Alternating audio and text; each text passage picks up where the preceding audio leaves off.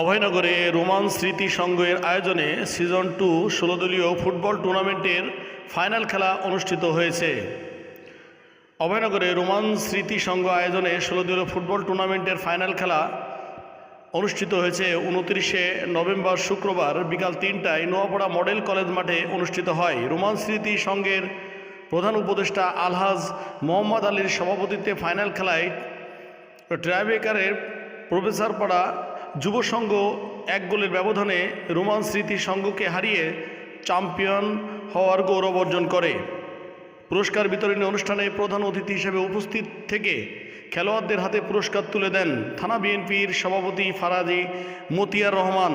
বিশেষ অতিথি হিসেবে উপস্থিত ছিলেন অভয়নগর থানার অফিসার ইনচার্জ এমাদুল করিম, পৌর বিএনপির সভাপতি আবু নঈম মোড়ল, থানা বিএনপির সাধারণ সম্পাদক কাজী গোলাম হায়দার ডাবলু, নোয়াপাড়া প্রেস ক্লাবের সভাপতি নজরুল ইসলাম মল্লিক, নোয়াপাড়া মডেল কলেজের অধ্যক্ষ মহিদুল ইসলাম, থানা বিএনপির সাংগঠনিক সম্পাদক কামাল হোসেন, পৌর বিএনপির সাংগঠনিক সম্পাদক মুজিবুর রহমান, সাবেক কাউন্সিলর শেখ আসাদুল্লাহ আসাদ, 4 নম্বর ওয়ার্ড বিএনপির সাধারণ সম্পাদক রাজু আহমেদ, রোমান স্মৃতি সংঘের রাকিবুল ইসলাম।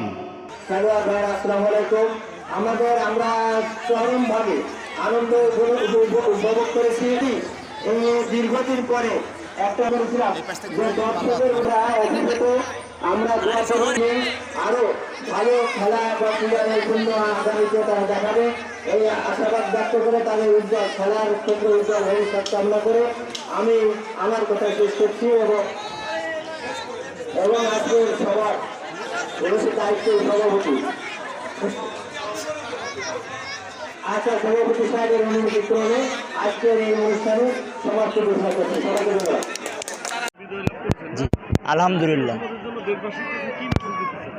একটাই মেসেজ দিতে যাই যে খেলাধুলায় বারে বল মাঠে চল, এই কথাটা সবার আগে আমাদের বিশ্বাস করতে হবে। আর আমরা হচ্ছে খেলাপ্রেমী মানুষ, এই আমরা যে এখন এত টাকা খরচ করে একটা টিম চালাই, আমরা কোনো স্বার্থ নেই। স্বার্থ কি, আমরা ফুটবলটা ভালোবাসি এবং আমরা সমস্ত খারাপ কাজ থেকে দূরে থেকে আমরা এই খেলাধুলার ভিতরে আমরা থাকতে চাই। এই যে আমাদের যে ক্লাবটা আমরা পরপর 2 বছর, গত বছর আল্লাহ চ্যাম্পিয়নকে তৌফিক দান করেছে, এই বছরও চ্যাম্পিয়ন হয়েছে আলহামদুলিল্লাহ আল্লাহ ধরে সবার কাছে। এবং এই যে আমার টিমের ম্যানেজার এবং সহকারী ম্যানেজার এরা আমাকে অনেক সাপোর্ট দেয় এবং দেশবাসীর কাছে একটাই অনুরোধ, আমাদের জন্য দোয়া করবে, আমাদের ক্লাবটা যেন আরও উপরে উঠাতে পারি এবং যারা আমাদের এলাকায় আছে তারা যেন আমাদের পাশে থাকে। জি জি, আমাদের টিমে ধরেন আজকে 5টা প্লেয়ার খেলছে, এরা বিভিন্ন ঢাকা এবং চট্টগ্রামে বিভিন্ন টুর্নামেন্ট খেলে থাকে।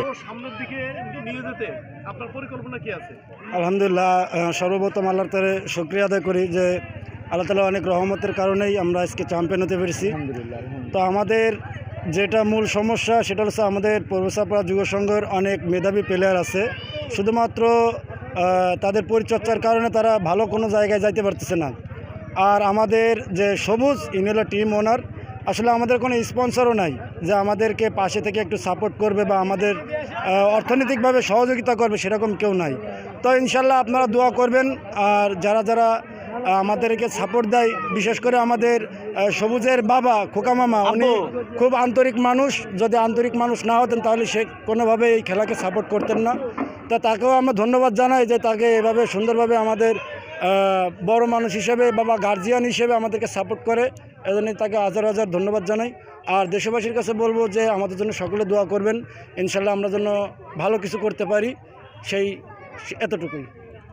হ্যাঁ, আপনারা শুনলেন যে প্রফেসরপাড়া যুব সংঘ তারা কিন্তু এই যে রোমান স্মৃতি সংঘ কর্তৃক আয়োজিত 16 দলীয় ফুটবল টুর্নামেন্টের আজকে যে ফাইনাল খেলা অনুষ্ঠিত হলো ঐতিহ্যবাহী নোয়াপাড়া মডেল কলেজ মাঠে, সেখানে কিন্তু তারা মানে সকল প্রতিকূলতার ভিতর দিয়ে সকলের কাছ থেকে বিজয় ছিনিয়ে নিয়ে গতবারের মতো এবারও কিন্তু তারা চ্যাম্পিয়নশিপ তারা হাতে নিয়েছে এবং সেই ক্ষেত্রে অভয়নগরবাসী বা নোয়াপাড়া প্রফেসরবাসী একটা গৌরবময় একটা দল পেয়েছে এবং তাদের জন্য দোয়া করতে বলেছেন যাতে বারংবার এরকমভাবে দেশের নামি দামি খেলোয়াড়দের সাথে খেলে বিভিন্ন মাঠে তারা সুন্দরভাবে এরকমভাবে যেন চ্যাম্পিয়নশিপের উদ্দেশ্যে যেন এরকম উপহার দিতে পারে, আনতে পারে, বয়ে আনতে পারে।